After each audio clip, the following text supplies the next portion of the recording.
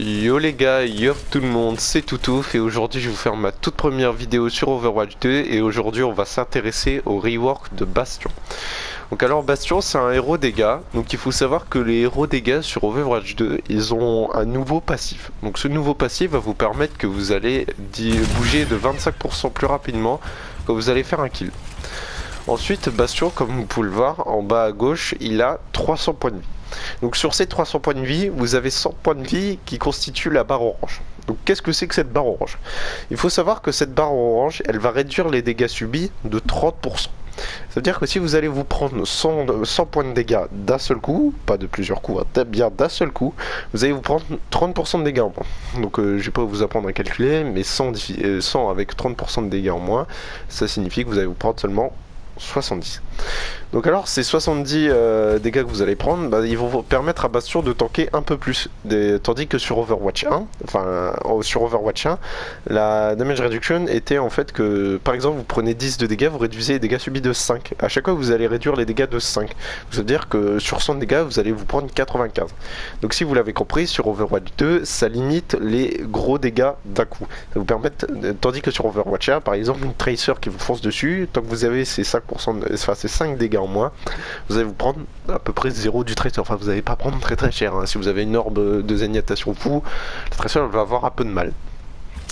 Donc ces 30% de points de dégâts reçus en moins vont vous permettre avec Bastion d'engager des fights plus sereinement et de vous sentir plus à l'aise.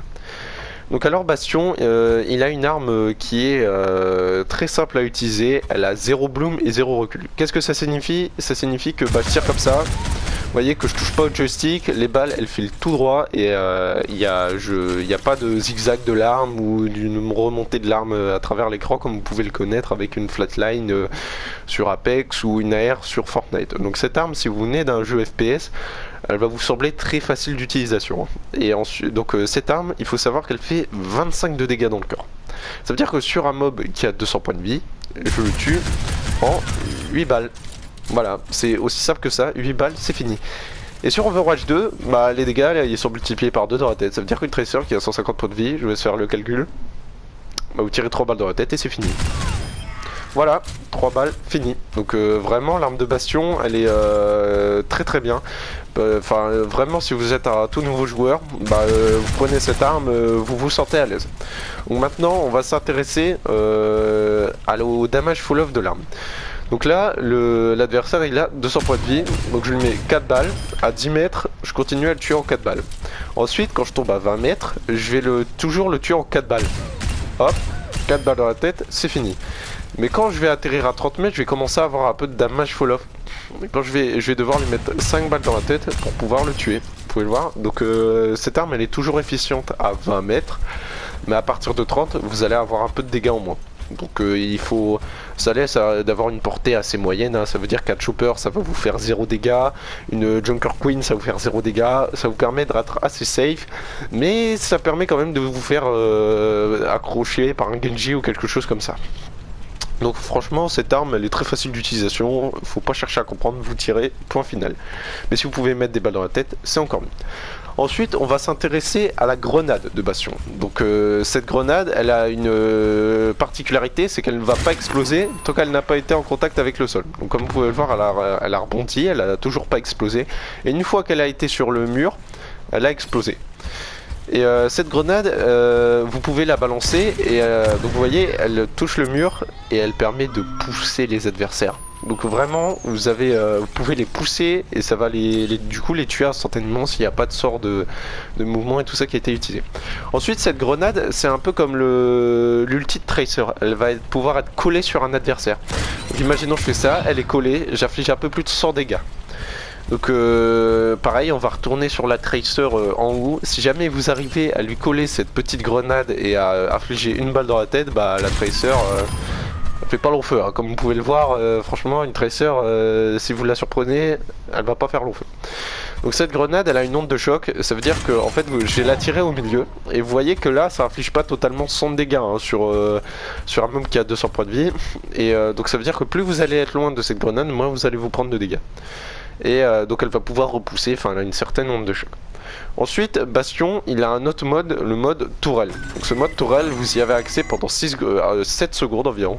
Et vous avez balle à l'infini. Donc il faut savoir que sur Overwatch 2, Bastion, dans ce mode tourelle, il peut bouger. Ce qui permet à Bastion d'être un peu moins statique, d'être un peu moins sensible aux dégâts, de pouvoir vraiment avoir un peu plus accès à ce mode tourelle. Parce qu'avant, vous mettiez un endroit, vous mettiez un mode tourelle, bah vous pouvez plus bouger quoi, à part si vous vous détransformez. Mais vraiment, c'est très bien avec ce mode tourelle. Donc ce mode tourelle, les têtes sont toujours effectives et vous avez balle à l'infini. Donc quand vous utilisez ce mode tourelle, vous moulinez. Hein. Franchement, il n'y a aucun problème avec ça. Regardez, je vais mettre un Sigma en face. Donc Sigma, c'est 550 points de vie de mémoire. Et vous allez voir que vous allez le descendre à une vitesse, c'est phénoménal. Allez hop, mode tourelle, bam, je mets full tête. Le Sigma il a pas fait long feu et vous avez encore du temps après pour tuer d'autres gens à 200 points de vie. Comme vous pouvez le voir, j'ai pu enchaîner les 3 kills. Donc ce mode tourelle, il a une réduction de 20% en plus de pouvoir bouger. Ça veut dire que vous allez réduire les dégâts de 20%, donc vous prenez 100 dégâts et vous allez tomber à 80. Et si vous avez toujours cette petite barre de vie orange, bah vous allez réduire les dégâts de 30% encore après. Donc 80 avec 30% de damage reduction, ça vous permet de tomber à 56. Donc vous avez une réduction de 44% au total quand vous êtes en mode tourelle. 44%, mais il faut que la barre de vie orange soit présente. Si elle n'y est pas, vous avez que entre guillemets 20% de dégâts en moins. Donc ce mode tourelle, il est utilisé avec parcimonie, parce que vous avez seulement 6 secondes de mode tourelle, et ça se recharge en 12 secondes. Ça veut dire que vous avez 18 secondes à peu près pour revoir la capacité. Mode tourelle, ça ne s'utilise pas comme ça de loin, et vous tirez, voilà, là vous allez faire 0 dégâts. Hein. Et ça sert à rien de faire ça. Vous allez vraiment être handicapé, vous allez être emmerdé. Donc le mode tourelle, ça s'utilise quand vous allez vous allez commencer un duel, que vous allez devoir vraiment burst quelqu'un, ou que vous décidez de tuer un adversaire qui est assez, avec votre équipe vous décidez de tuer un adversaire, vous mettez en mode tourelle, bam, plus d'adversaires. Ensuite vous pouvez bouger, passer à d'autres, et je trouve que c'est vraiment bien qu'ils ont ajouté cette fonction de bouger sur ce mode tourelle. Ensuite, vous avez l'ulti de Bastion. Bastion, il va pouvoir se transformer en mortier et infliger un peu plus de 100 dégâts. Vous allez pouvoir bouger, non même pas, 200 dégâts, plus de 200 dégâts, et vous allez pouvoir faire 3 frappes, comme vous pouvez le voir. Donc vous allez pouvoir vous diriger un peu partout dans la map, et pendant ces 8 secondes vous allez pouvoir tirer 3 obus. Donc je vous laisse imaginer, 200 x 3 ça fait 600. Ça veut dire que vous tuez à peu près tout ce qu'il y a sur le jeu qui n'a pas de damage reduction, ou qui ne se fait pas heal. Donc cette ulti va vous permettre d'empêcher les adversaires de caper, parce que imaginons vous avez des adversaires qui sont en train de capturer le point A pour accéder au convoi. Vous utilisez votre ulti, si vous l'avez chargé, et bah vraiment le point A c'est une zone morte. Personne ne s'y approche, vraiment vous voyez la zone de Bastion, vous fuyez. Vraiment c'est un ulti qui sert à dissuader, ou bien à vraiment faire des team kills quand ils sont tous ressemblés. Bam, vous balancez ulti de Bastion, il n'y a plus rien. Donc cette ulti, vous pouvez voir, ça se recharge assez facilement avec Bastion, ça va assez vite. Si vous rentrez vos balles, l'ulti de Bastion, il va être très vite efficient dans la game. Et donc voilà, donc j'ai oublié de préciser que sur le mode tourelle, vous avez aussi accès à la grenade. C'est-à-dire que vous pouvez pas seulement balancer quand vous êtes pas en mode quand vous êtes en mode entre guillemets bipède, vous allez vous déplacer. En mode tourelle, vous pouvez balancer aussi la grenade. Donc ce qui fait que vous avez un burst encore en plus. Donc je vous laisse imaginer, vous êtes en train de vous faire par exemple, je sais pas moi, il y a un faucheur qui vous fonce dessus. Mode tourelle, 44% de dégâts en moins, grenade, boum, je mouline, il n'y a plus de faucheur. Hein. Vraiment, le faucheur qui a 250 points de vie, je vais devoir lui mettre un peu plus de balles que ça, mais il va vraiment se faire exploser. Donc Bastion, c'est un champion qui fait énormément de dégâts, mais niveau mobilité, c'est pas tout à fait ça. Comme vous pouvez le voir, il n'y a que ça comme sort, enfin que ça, c'est déjà très bien. Mais vous pouvez pas, par exemple, faire une roulade comme Cassidy, vous pouvez pas vous faire des téléportations comme une Tracer, vous pouvez pas utiliser un grappin de fatal. C'est vraiment, ça va être blasé sur votre positionnement et votre game sense. Qu'est-ce que c'est que le game sense? Ça va être un peu, imaginez un peu les adversaires où sont sur la map, quand est-ce que vous allez devoir vous placer où, à quel moment, voilà, c'est ça le game sense. Donc Bastion, ça va... vous allez devoir avoir un peu de game sense, mais si vous faites des parties rapides, normalement ça devrait bien se passer, hein, tant que c'est pas enclassé, ça devrait aller. Et donc Bastion, il faut faire vraiment attention à son positionnement parce que vous l'avez compris, vous n'avez pas de sort, bah, vous êtes très sensible au burst, hein, malgré vos 44%, enfin vos 54%, 44 pardon, le % de réduction en mode tourelle, bah ça peut aller très vite, hein. Vraiment ça peut aller très très vite. Donc Bastion, voilà un peu pour ce petit rework de Bastion, donc j'espère que cette vidéo elle vous aura plu.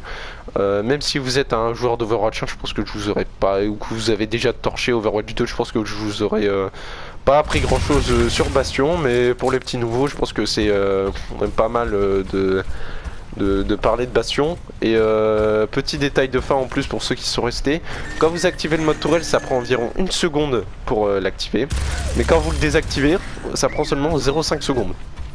Il faut vraiment bien l'activer au bon moment. Voilà, petit tips pour les ceux qui sont restés à la toute fin de cette vidéo. Donc voilà, je vous souhaite une excellente fin de journée et passez un très bon week-end. C'était Toutouf.